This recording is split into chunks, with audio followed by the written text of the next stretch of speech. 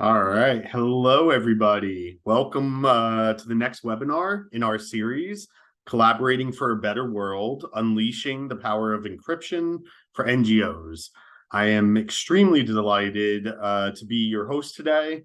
But before we start, I do have a couple of very quick housekeeping notes for you. We are going to be recording today's session and sharing it afterwards.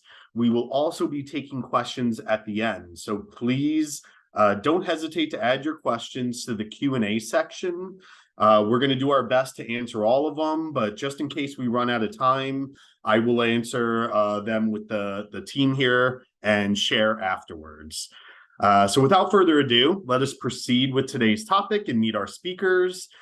I'm Aaron. I'm the head of product marketing here at Tresorit. I started just a few months ago. Born in the United States, but currently living in Europe, in Luxembourg, and very happy to be so. I'm joined by Jason Keller from Vistant, as well as James Eaton-Lee from NetHope. So thank you for joining us. Just to kick it off, why don't we go ahead and do some introductions, tell our audience a little bit about the work you do. We can kick it off, James. Hi there, and thanks, Aaron. My name is James Eaton-Lee. I'm the Chief Information Security Officer at an organization called NetHope. NetHope's a US-based nonprofit. We are about 20 years old. We're a member-driven nonprofit. Our members are the 60 or so largest development, humanitarian, and conservation nonprofits worldwide, working on a whole range of things, from climate change to displacement to protecting people in conflict. At NetHope, I lead on something called the Digital Protection Program, which is our cybersecurity program for our members and our broader ecosystem, and where my role essentially is to help large international nonprofits to be more resilient, more respectful digital actors when they collect data. My background more broadly is cybersecurity, recently in nonprofits, but in government, retail, telecoms, software, long before that, going back a decade or two. All right, great. Jason? Good morning, Jason Keller here. I work day-to-day for a company called Vistant, where I manage our client program, the Digital Apex program through USAID. Outside of that, I'm responsible for the company's digital strategy. And then I also serve on the board of the National AI and Cybersecurity ISAO. Previous to that, I was a federal employee, and then also spent 8 years in the U.S. military in the special operations community as an intel analyst. All right. Well, let's go ahead and dive in. It's been sort of enlightening having a chance to prepare for this with the two of you. I've been learning a lot as I did just start working at Tresorit, so it's been a great experience. At Tresorit, we focus on the end-to-end encryption around storing, signing, sharing digital files, and that could be internally, externally, across time zones, internationally. It could be a picture, a video, a document, you name it. So when we talk about the challenges for NGOs, what is really, in your opinion, the primary challenges that an NGO faces from a cybersecurity perspective when talking about these files? Jason, maybe you can kick us off. Yeah, I think the short answer is that we find many NGOs are possibly the most at risk in the broader community. It's something that's not talked a lot about across all the sectors, but at the same time, that their resources are probably the lowest. So they're facing nation-state level actors with a budget that most small businesses would probably be happy to have, or pardon me, and vice versa. Most small businesses probably have more.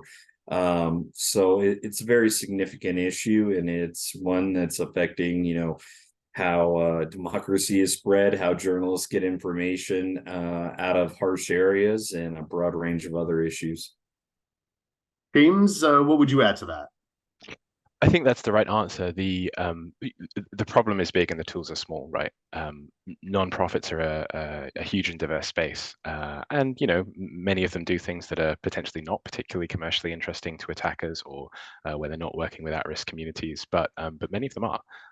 Some non-profits work with the most vulnerable communities on the planet, people who, just by virtue of talking about problems, governance problems, or human rights problems in their country are at risk of targeting or of imprisonment or potentially even death, or communities who've been displaced, who are fleeing conflict or human rights violations, potentially in large numbers, being discriminated against. So the data that many NGOs hold is extremely sensitive and extremely interesting to many state and non-state actors alike.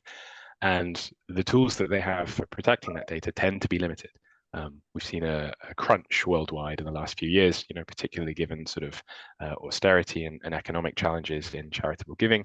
And the funding that NGOs have to invest in technology and by virtue also to invest in cybersecurity come out of an increasingly shrinking pot of funding, which is heavily restricted, and not unreasonably, we want a large proportion of the funding that we give to sort of social impact causes or public good to go directly to the mission.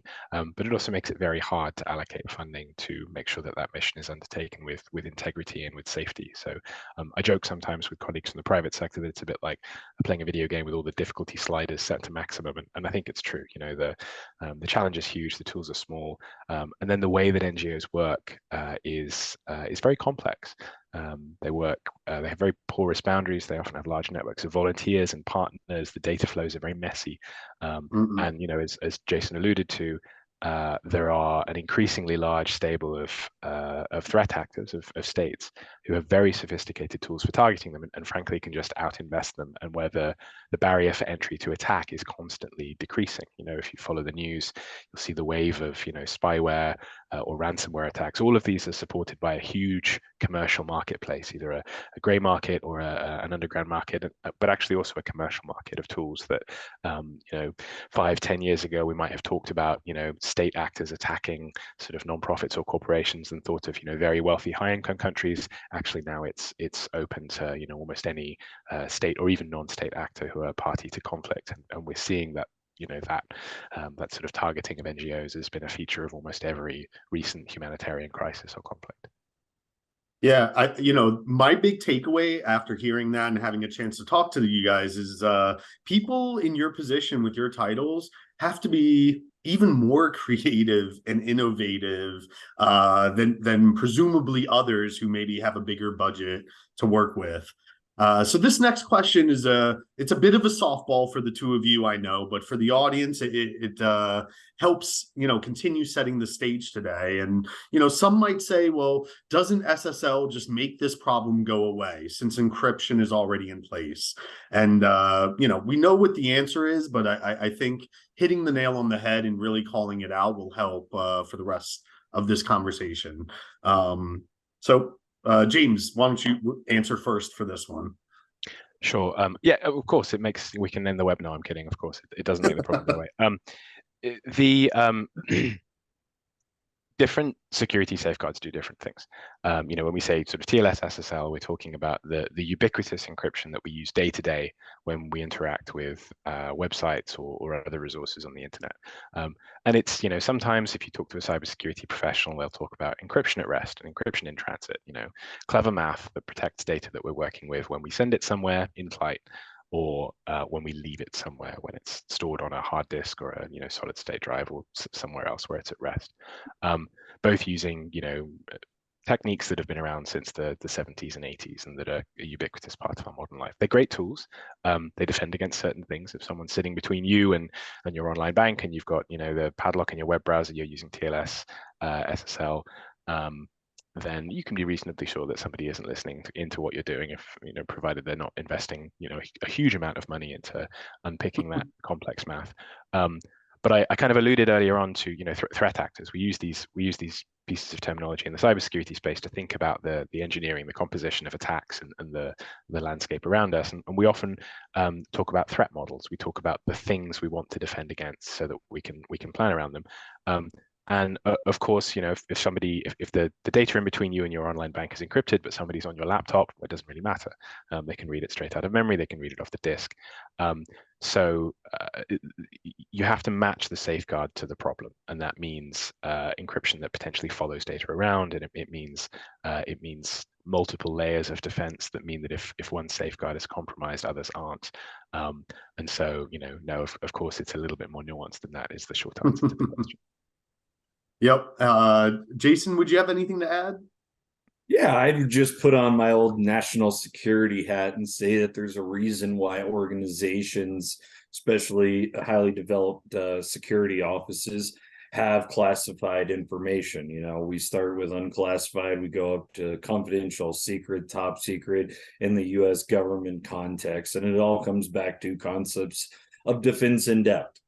You know, if you want to protect something that's in the house, you start out with a fence out on the porch, then you've got a camera, then you've got a lock on your doors, then you've got a lock on that bedroom, and then the data's in a safe. Well, if we really strive to keep people safe in these harsh environments, in these high threat environments, then we need to do more, especially with that data that is the most sensitive. Yeah, I love that analogy that you use, and I would apply it, to like my own personal life, right? There are some things that I could care less if Jason or James knows, but there are other things, maybe the pictures of my children, that I don't really want anyone to be able to access. So, okay, the next is really about risk. And so we've started talking about it a little bit. James mentioned the threat modeling. So what is the risk for an NGO that does experience a cybersecurity attack resulting in these digital files being compromised? Jason, why don't you start us off on this one? Yeah, I mean it's very broad because at the end of the day, the NGO community does just about everything that you can imagine. It kind of reminds me again of the military days where, the US Army is just such a massive organization that they have just about every type of business process you could think of. Whether it's an organization doing an investigation against human rights abuses and they've got a source, and that source can be disappeared, if you will, or you've got a NGO example. The Special Olympics were hit a few years back, where I believe it was their New York chapter, and organizations got in and were sending out spoofed emails to their donor list and affecting the relationship with their donor. And anybody in the NGO community knows if you lose your monthly and annual donors, you've got a big problem. So it really goes across the scope from the financial risk all the way to the real human life, putting people in danger. That's the risk that exists in this space, and encompasses just about everything that you can imagine. James, anything you would sort of tack on to that? I mean, I think that's the right answer. At their core, any nonprofit has to be a commercial organization. It has to make funds for what it's doing, however it does that. And if you're watching the news cycle at the moment, we can see the commercial consequences of large-scale cyber attacks against businesses, which start just with availability problems, that you lose access, you lose the ability to transact. Maybe that means you lose the ability to take donations, or sell goods which make you money to invest in your program. But the consequences then become more relational consequences. Any nonprofit exists as a result of the good graces in which it's held by its donors, by public institutions that fund it, by philanthropic partners or other sorts of partners, and those relationships are built and brokered based on trust that the sort of time and treasure that it expends are going to be used wisely in order to produce social impact, in order to produce public good. And when we essentially lose control of what it is that we're doing, when we cause harm that we didn't mean to, or when we're ineffective, we lose that trust, and not unreasonably. So the second problem there is trust, which many nonprofits have invested decades or even longer in building up. And it's a colleague of mine said once that it's like rock climbing. It takes a long time to get up, and it's very quick on the way down if you're not careful. But that I think the kind of the North Star for many of us then is absolutely the point Jason made, which is that the range of things nonprofits do is vast. It includes running water and sanitation systems in refugee camps. It includes protecting people who are fleeing conflict, physically protecting them, protecting women and children from various sorts of abuse, working with human rights defenders in countries that really don't like human rights defenders, or journalists or activists. It includes governance programs that are trying to ensure equitable democratic governance in countries worldwide, or monitor elections. It includes, more things really than we've got time to discuss in the webinar, but where the consequences for individuals and communities are extremely real when things go wrong. There are many crises, unfortunately, on our planet where there are, populations who, for religious reasons or ethnic reasons, have been persecuted within the borders of their own countries for decades, and where if we lose data on them, we have a very real opportunity to cause very serious harm to those individuals. And quite aside the trust piece, or even the physical harm piece, we're organizations who have very deep roots in human rights, who hold principles of do no harm extremely dear, and the consequences to us, to individuals, and our ability to execute our mission if we break those principles are in some instances pretty unthinkable. Yeah, it really does remind me of a webinar that we did recently with Nobel Prize winner Ethan Gutmann, who talked a lot about going into these crossing borders and going into different countries, and the risk that is run if the data is exposed, the files are compromised, whether you're a reporter or someone who was talking to the reporter. So that really resonates. So we know factually that regulations, compliance, politics impact NGOs in a lot of different ways, and cybersecurity. And so the question for you guys is, if you had a magic wand that you could wave and make one change, what would that change be? And I keep going back and forth. I've lost track of who got to answer first last time. So let's just start with James, and we'll go from there. Well, this of course is a very tricky problem, and we've been talking, I suppose, mostly so far through the lens of cybersecurity, which of course thinks about safeguarding assets and resources so that we can continue to do useful, necessary things. But for many organizations, these are also compliance problems, which are sometimes, cybersecurity compliance, where we have regulations that say that we have to do those things for legal reasons, far beyond, our sort of moral or pragmatic inclination to do so. But also which relate to other principles of, good or fair information processing. There are very few countries. I think UNCTAD tracks 190 something countries, of whom 130 something have data protection legislation.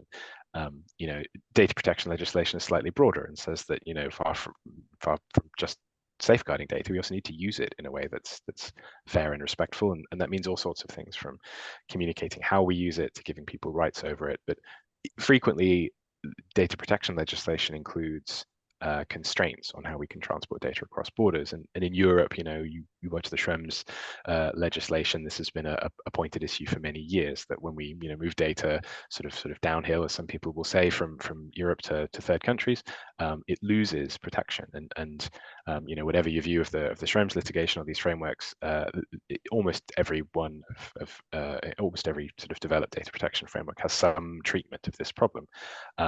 Which intellectually is a good thing, but very complicated. And if you're a multinational, particularly if you're an NGO, and you're working across borders, you may have dozens and dozens of different bits of regulation that you need to comply with, and some of them are less progressive.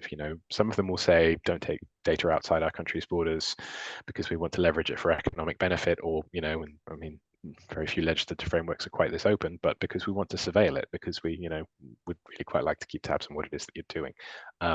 And just in terms of cost, just in terms of administrative overhead, if you're a complex organization, this is messy. So my magic wand, I'd love to make that go away.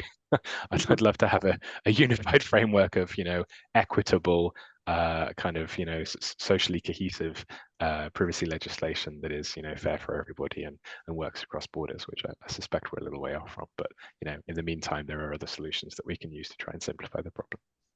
Yep, just a little ways off from that.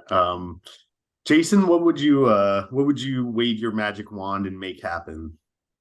That's a hard one. If I could do it just immediately, I would say just creating a CIO and CISO shop for essentially all of the different NGOs that we work with that have people at risk.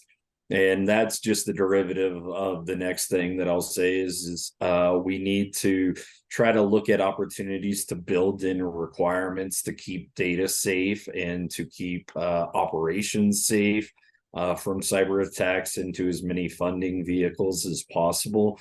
There are countless organizations that provide support to other NGOs, from the development community to foundations and others, and then all the corporate social responsibility organizations that are out there supporting different NGOs. The more that they can say, hey, yes, we want to help you digitize, we want to help you do the business that you do better with technology, but then we also want to protect those things. And that's becoming even more relevant as organizations come online and more threats are encountered every day. All right. Well, I think now we're gonna stop with the ping-ponging and get really specific about these questions. So this one is dedicated for you, James. Understanding and getting to know you a little bit better. If you could talk through and describe a little bit the solutions that you've seen NGOs implement to mitigate the risk that we've been discussing today. There are a whole variety. I mean, and some technical and some non-technical. Actually picking up on something Jason said, and I'm sure we'll dig into this in further questions. Part of the solution to these problems are social or communal. That we align together, that we work together for better outcomes, because it's a difficult problem that's outside the ability of any one organization to solve individually. But in terms of the technology, NGOs are very much like normal businesses. They use, email, calendaring tools, word processing. Most of them will use productivity suites, the 365 suite or Google Workplace or something like that. And most of those platforms come with some kind of encryption based in. They almost all come with other security safeguards. But coming back to the question that we were chatting through earlier, the sort of at rest and in transit question, typically they leverage this type of encryption where, from point to point between my laptop and between the cloud, data is encrypted.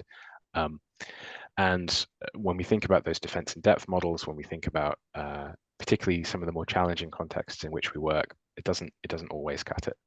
NGOs were fairly early adopters of the cloud in many instances, often for cost reasons, because it sort of reduces the sort of capital expenditure of their broader IT programs.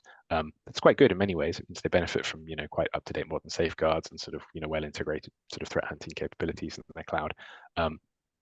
Often they're not using some of the more sophisticated things in cloud platforms, data loss prevention tools, or some of these kind of more sophisticated sort of cryptographic techniques. Again, also often because of cost.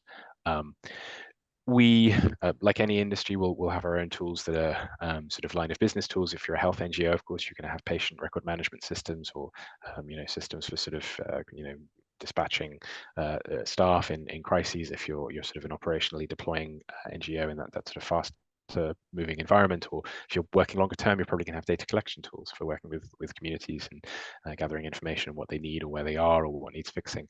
Some of these tools integrate cryptography in other ways. Some of our more sophisticated tools sort of our data layer encryption. Going back to Jason's metaphor of the house, you think of your the doors and windows maybe as your sort of your perimeter network, your firewalls, your transport layer encryption. You lock your valuables in a safe, and in the world of data encryption, that's it's perhaps encryption that follows the data around itself, where at a sort of record level or at a file level, data is encrypted. So even if your laptop is compromised, or even if your mobile device is compromised, the data is sitting in an encrypted silo where it's less useful to an attacker. And we do have tools like that. They're not ubiquitous. They're not integrated. That kind of cryptography is not integrated into most of the tools that we work. And of course, there are a whole realm of different cryptographic techniques of homomorphic encryption, various promises with tools like blockchain, or other kinds of privacy preserving technologies, whether or not they're strictly speaking cryptographic, and those show promise. But they're not widely implemented. I think for most NGOs, the state of the art currently is these are relatively traditional sort of at rest and in transit encryption, often leveraging good sort of cloud tools that have it integrated end to end. Which is good, and it's absolutely tech that we should be adopting. But it doesn't necessarily put us in a great position to be able to respond to this sort of emerging storm of threats that we see with the kind of landscape that we were presenting in answer to some of the earlier questions.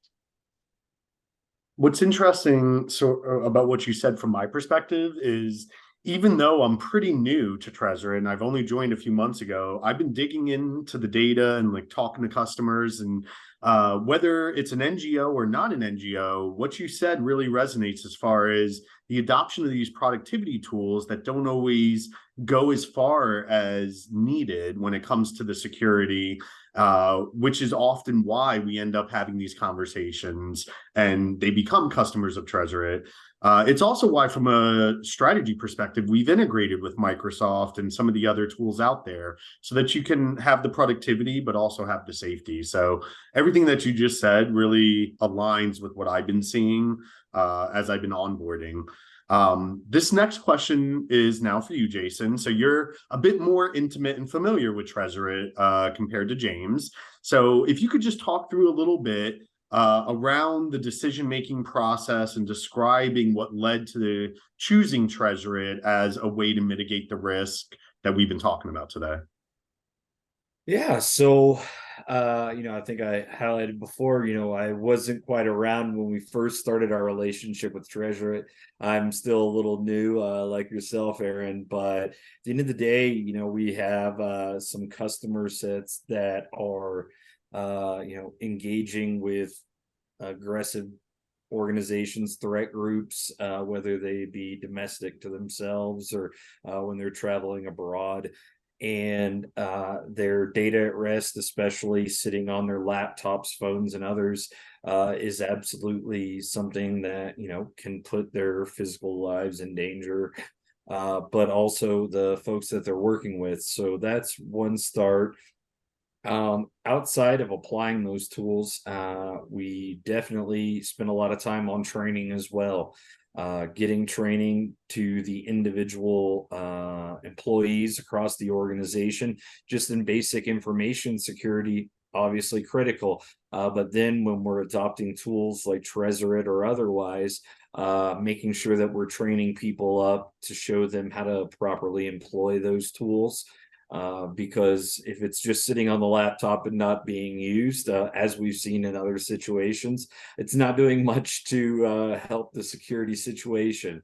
So you not only have to provide tools, but you've got to get adoption. And adoption, one of the biggest pieces is going to be training. And then second from that is going to be the leadership and how they're putting a focus on information security. And it's got to start from the board level of the NGO, flow through the CEO or the executive director, and then the other responsible parties from there.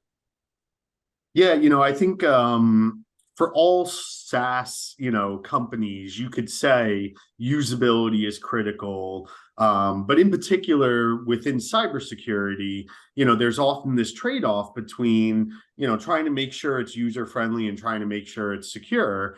And that's an area where, I think companies really need to focus in order to ensure the adoption, the ease of use. And I know it's top of mind for us at Tresorit and probably other companies as well. I'm conscious of the time, so we got 2 more minutes. I think we can squeeze in the last question, and then I'll go to the Q&A and see what the audience has for you. So this last question is, you're both very seasoned and experienced gentlemen. If there was one lesson related to the conversation we've been having today that you've learned in the past the hard way that you'd like to help people avoid, what would that lesson be? James. It's a good question. Maybe kind of tying many of these threads together, it's a difficult problem for nonprofits. It's outside the ability of any one nonprofit, even nonprofits who are blessed with sort of unrestricted funding or discretionary funding to out-invest attackers. The bottom line really is that we only win together. It's a team sport. We have to align, we have to integrate, we have to work through community and in quite a structured way. And that, it's on brand for me at NetHope. We've been building communities of nonprofits around technology issues for 20 years. For us, one of our flagship projects is a thing called NISAC. Jason mentioned sort of ISAOs earlier on, which are structured communities that band together to share information about threats and attacks in order that they can respond more effectively and then do other things, do group procurement or offer other services to their members. And one of our flagship projects at the moment is building one of these for the humanitarian ecosystem, which currently has no convening mechanism, no integration, no way of sharing information about attack and defense in any structured way, in order that they can be stronger and better together. There are lots of ways of working together and aligning. ISACs are just one of them. We think that's a pretty good solution for this particular community of nonprofits. But I think the team sport dimension is one of the most critical things. This problem is not going to get any smaller in the next sort of 2, 3, 4, 5 years. It's not going to go away. And for anyone who's kind of looking at the size of the mountain already and wondering how to climb it, get some friends. Find a group of people who are already tackling the problem, join the rest of us. Or if you're another actor in the space and you're trying to work out how to make the problem smaller, come and invest in our climbing mission. And it will make the problem more malleable and make it more likely that we get to the top of the hill. Yeah, that's a life lesson. I mean, I feel like I could say that to my son about anything. All right. How about you, Jason? Anything that you would share as a lesson learned? What I would say is engaging in the conversation now versus later, whatever your position is within an organization, if you are cognizant that your organization is facing risks, which I am certain that they are, starting the conversation internally and sharing what you think needs to be done, that we need, the organization needs to make investments XYZ with regard to the technology stack and keeping it safe. Awesome. Outside of that, I would say it would be humble and ask for help. We are a community. There is a real NGO community, and while some may be risk averse on how they interact with other organizations and how they reach out, how they share their story, I would say it's absolutely vital to do that in this space. Again, we have nation state level actors, highly advanced actors going after these organizations, and through organizations like the Global Humanitarian ISAC, our Digital Apex program, and a wealth of other resources that are out there. There's ways to get help. All people have to do is raise their hand and say, I'm willing to work with you to get something done, to keep my operations flowing, to keep our beneficiaries safe. There's people out there that are willing to help, and all you got to do is stand up and be willing to accept it.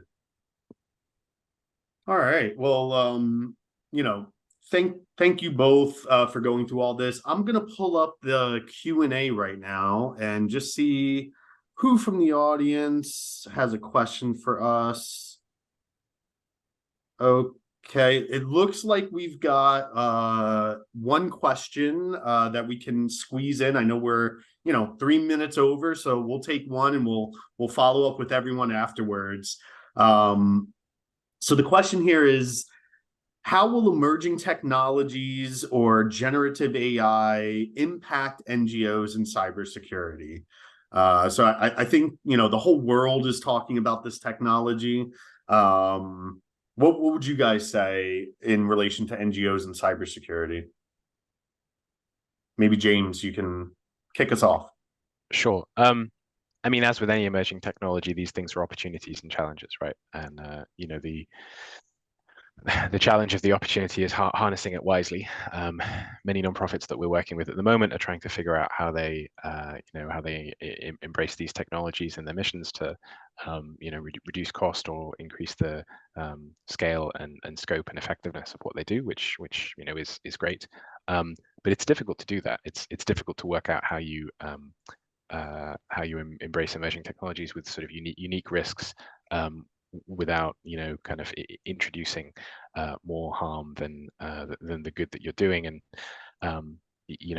that problem remains pretty open with the sort of current generation of AI and machine learning technologies, and from sort of biases when making judgments to all sorts of intellectual property issues to how appropriate, how trained, how tailored, how tested some of these technologies are, particularly when they're developed sort of in the global north, and they're not trained on data from communities where they're often being used. It's very tricky to use them well. And sort of alluding to some of the questions and challenges we were talking about before with resourcing. Getting the governance right in nonprofits to find the balance between innovation and responsibility is really difficult. And we sort of distinguish between the sort of the cybersecurity risk and sort of other sort of compliance and ethical problems, and this is just a whole minefield across those domains. But in terms of cybersecurity, we sort of people will sort of say things about chat GPT at the moment writing really effective phishing emails, and well, that might be true, but it's, for me, that's not really the point. It's the scale and speed of solutions fundamentally affects their quality.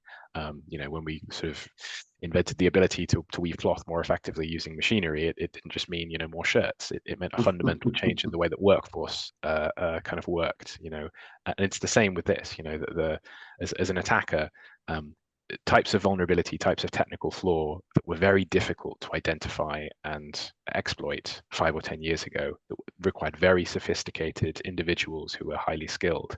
I worked in attack for many years, and logic flaws or kind of authentication issues in servers have historically been harder to sort of exploit in an automated way than bugs like sort of SQL injection, things that are very sort of have patterns that are really easy to recognize with basic logic. It's no longer the case.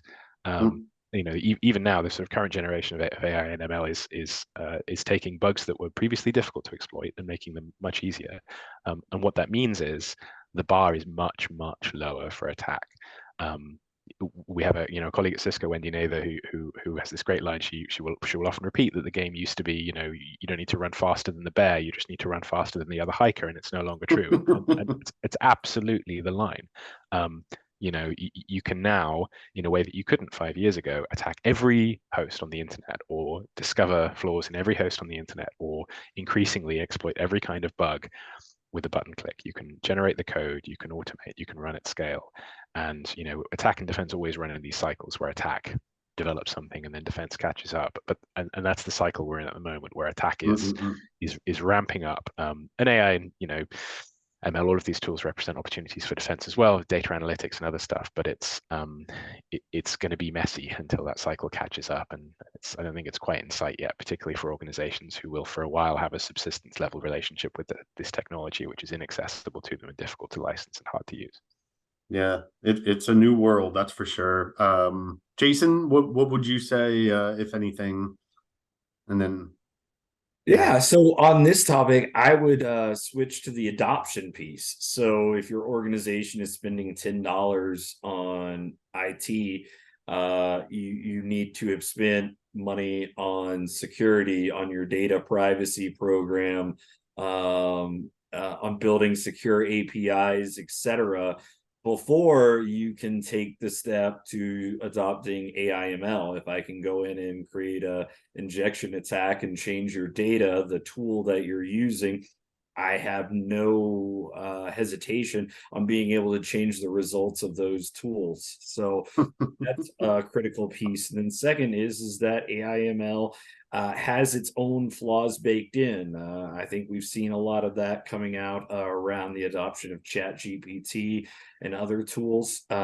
So we've got to keep up on that, whether it's a physical world hack to shut down your driverless car, or breaking in the back door, changing your data so that way your AI has heavy biases against certain ethnic groups. All AI and at the end of the day, the adoption of AI and ML introduces new technological risk to the organization, and that has to be understood before it's truly and gainfully employed. And then second to that, just on the attack side, I have just been incredibly intrigued as to what tools have been built out with this. As James noted, just automatic scanning tools that can identify what is the easiest target out there to go after, from a range of IP addresses.